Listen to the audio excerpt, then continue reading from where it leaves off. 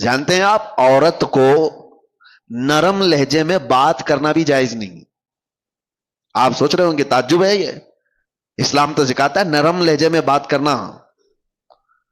یہ اخلاق میں سے ہے کہ نہیں, اچھے نرم لہجے میں بات کرو کسی سے, لیکن عورت کو کہا گیا ہے نرم لہجے میں بات کرنا. وہاں تو شیطان آ جائے گا. مرد تو چاہتا ہی ہے کہ اس کی نرم گفتگو سنے. مرد کو شہوت اسی وقت بڑھتی ہے جب عورت کی وہ نسوانی آواز سنتا ہے, اس میں شہوت چھپی ہوئی ہے. عورت کو کہا گیا ہے کہ وہ نرم لہجے میں بات نہ کرے. عورتوں کو اس کا حکم کیوں دیا گیا؟ ہاں, کسی بھی اجنبی مرد سے عورت کو بات کرنے کی نوبت آ گئی تو وہ کڑک لہجے میں بات کرے, سخت لہجے میں ہی بات کرے, تاکہ وہ مرد تمہاری طرف یہ نہ سمجھے کہ یہ اشارے دے رہی ہے.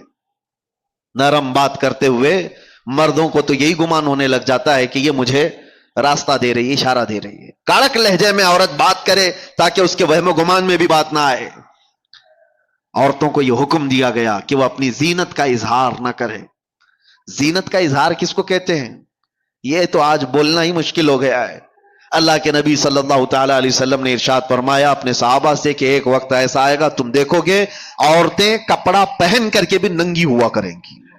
حضور پاک صلی اللہ علیہ وسلم نے فرمایا ان پر اللہ کی لعنت اور سارے فرشتوں کی لعنت. میرے آقا فرماتے ہیں وہ کون سی عورتیں ہیں؟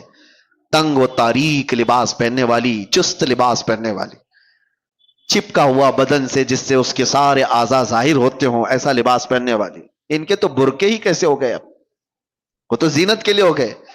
پہلے تو سنا جاتا تھا کہ نقاب جو ہوتا ہے, وہ حجاب جو ہوتا ہے عورت کو چھپانے کے لیے ہوتا ہے.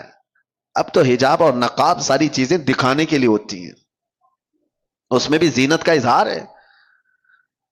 حکم یہ تھا کہ باہر سے اگر کسی کی نظر پڑ جائے تو مرد یہ پہچاننے سے عاجز ہو جائے کہ یہ جوان عورت ہے کہ بوڑھی عورت ہے, اسے یہ پہچاننے کی تمیز بھی نہ رہے. اس طرح سے وہ عورت کو حجاب کا حکم تھا. لیکن عورتیں آج کپڑا پہن کے بھی ننگی ہیں. یہ زنا کے عام ہونے کے اسباب ہیں. جب اس طرح کی حرکتیں ہوں گی تو گھر محفوظ نہیں رہیں گے, کسی کے گھر محفوظ نہیں رہیں گے. نوجوانوں سے ہم تاکید تو کر سکتے ہیں کہ بیٹا آپ اپنی نظریں نیچی رکھو, اپنی حیا کا قتل مت کرو.